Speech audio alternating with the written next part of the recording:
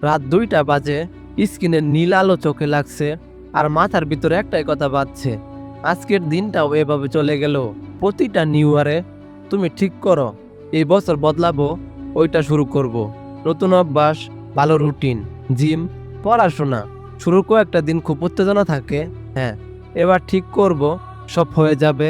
কিন্তু তারপর জীবনের বাস্তবতা যখন মাঝখানে চলে আসে, একদিন বাদ যায়, তারপর আরেক দিন, তারপর আরও একদিন, আর শেষমেশে হয় তুমি পুরোপুরি ছেড়ে দাও, নয়তো শুধু প্ল্যান করতেই থেকে যাও, করা আর হয় না। এই চক্র থেকে বের হতে চাইলে এই বছর ভিন্নভাবে চেষ্টা করে দেখো। প্রথমে বলি, ভিডিওটা পুরোটা দেখো। যাদের শুধু সময় কাটানোর জন্য স্ক্রল করার অভ্যাস, তারা চাইলে এড়িয়ে যেতে পারো। কিন্তু যাদের সত্যি সমাধান দরকার, তাদের বলছি, এটা শুধু আমার জন্য না, নিজের জন্য পুরোটা দেখো। সবচেয়ে জরুরি কাজ, নিজের লক্ষ্যগুলো লিখে ফেলো। শুধু মনে মনে ভাবলে হবে না। এই বছর 10 কেজি ওজন কমাবো বা পরীক্ষায় 90 মার্কস আনবো, ভাবলেই সেটা হয়ে যায় না। একটা উদাহরণ দেই, ধরো একজন উদ্যোক্তা শুধু মনে মনে ভাবছে এই বছর কোম্পানির টার্নওভার 50 কোটি করব। এভাবে বললে কোম্পানি শুরুর আগে থমকে যাবে। কিন্তু যখন সে সংখ্যাটা লিখে রাখে, সময়সীমা ঠিক করে, একটা কাঠামো দাঁড় করায়, তখন এগিয়ে যাওয়াটা প্রায় নিশ্চিত হয়ে যায়। তোমার জীবনের লক্ষ্যগুলো কোনো এলোমেলো স্বপ্ন নয়, এগুলো একটা প্রজেক্ট। আর প্রতিটা প্রজেক্টের কাঠামো দরকার। লক্ষ্য লেখো যাতে মাথাটা পরিষ্কার থাকে, অগ্রগতি লেখে রাখো যাতে একটা গতি তৈরি হয়। ভেবে দেখো, লক্ষ্য লেখাটা যদি জরুরি মনে না করো, তাহলে সেটা পূরণ করাটা কিভাবে জরুরি মনে করবে?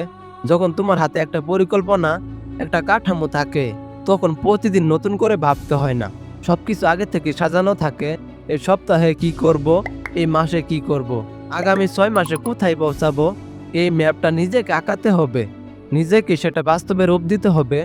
এর জন্য দরকার একটা জিনিস, নিজের লক্ষ্যের প্রতি সত্যিকারের নিবেদন। কমেন্টে লেখো আমি প্রস্তুত। নিজের লক্ষ্যটা লেখে তারপর এটা লেখো। এই নিবেদনের মানে পাগলামি করা নয়, এর মানে হলো তোমার কাছে এই লক্ষ্যটা, ইচ্ছা হলে করব এমন কিছু না। তুমি শুধু উৎসাহিত না, তুমি প্রতিশ্রুতিবদ্ধ। তারা সত্যিকারে নিবেদিত, তারা প্রতিদিন নিজেকে জিজ্ঞেস করে আজ কতটা এগোলাম। তারা পারফেক্ট মুড, পারফেক্ট সময়, পারফেক্ট বছরের অপেক্ষায় বসে থাকে না। তাদের কাছে লক্ষ্যটা এমন কিছু নয় যা সময় পেলে করব, এটা তাদের কাছে অবশ্য পালনীয়, কোনো আপোষ নেই। তাই যখন তুমি সত্যিকারে নিবেদিত থাকো, তখন তুমি অজুহাত খুঁজো না, বরং নিজের পদ্ধতিটা আরও ভালোভাবে করো। ভাবো আজ সময় কম থাকলে ন্যূনতম কতটুকু করা সম্ভব। 10 পাতা না হোক 2 পাতা পড়া যায়, 1 ঘন্টা এক্সারসাইজ না হোক 10 মিনিট তো করা যায়। করে ফেলা, সব সময় নিখুঁতভাবে করা, এর চেয়ে ভালো। লক্ষ্য নিখুঁত হওয়া নয়, লক্ষ্য হলো পরিকল্পনায় টিকে থাকা। আর যখন তুমি এভাবে নিজের পরিকল্পনায় সত্যিকারে নিবেদিত থাকো, তখন এগিয়ে যাওয়াটা আর ঠেকানো যায় না। এই কয়েকটি মাস নিজের লক্ষ্যগুলোকে গুরুত্ব দাও, এটাকে হালকাভাবে নেওয়া বদ্ধ করো। একটা কলম, একটা নোটবুক, একটা প্ল্যানার, যা হাতের কাছে পাও সেটাই নাও। আর পরের মাস, পরের 6 মাস, পুরো বছরটা সাজাও। শুধু স্বপ্ন নয়, স্পষ্ট স্পষ্ট ধাপ লিখে ফেলো। পরিকল্পনা করো, অগ্রগতি দেখো, নিজের ভুল ঠিক যাচাই করো, আবার করো। এই অভ্যাসটা সুস্থ, আর এটাই তোমাকে থামানো অসম্ভব করে তোলে। মাত্র একটা সপ্তাহ এভাবে চেষ্টা করে দেখো, তারপর পার্থক্যটা নিজেই বুঝতে পারবে।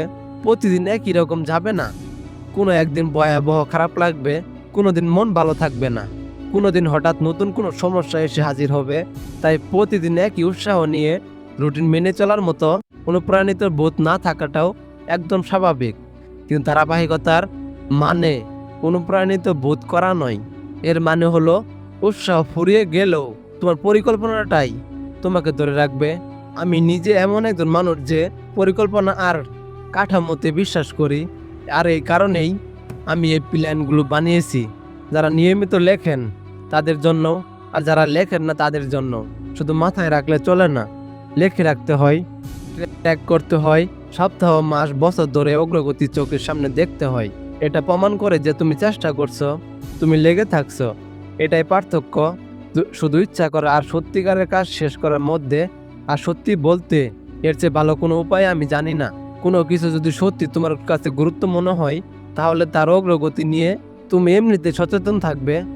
এই প্ল্যানগুলো ঠিক সেই কাজগুলো সহজ করে দেয়। তবে সিস্টেম তো তুমি নিজেও তৈরি করতে পারো। প্ল্যানার হোক, নোটবুক হোক বা সাধারণ একটা কাগজ, কিছুতে যায় আসে না। আসল কথা হলো নিজের জীবনটাকে হালকাভাবে নিও না। কমেন্টে লিখে জানাও এই বছর তুমি কি অর্জন করতে চাও।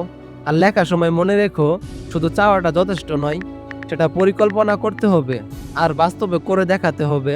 আর চলো, বছর শেষে আবার দেখা হবে। দেখা যাক পরে 365 দিনে তুমি কতটা এগিয়ে গেছো।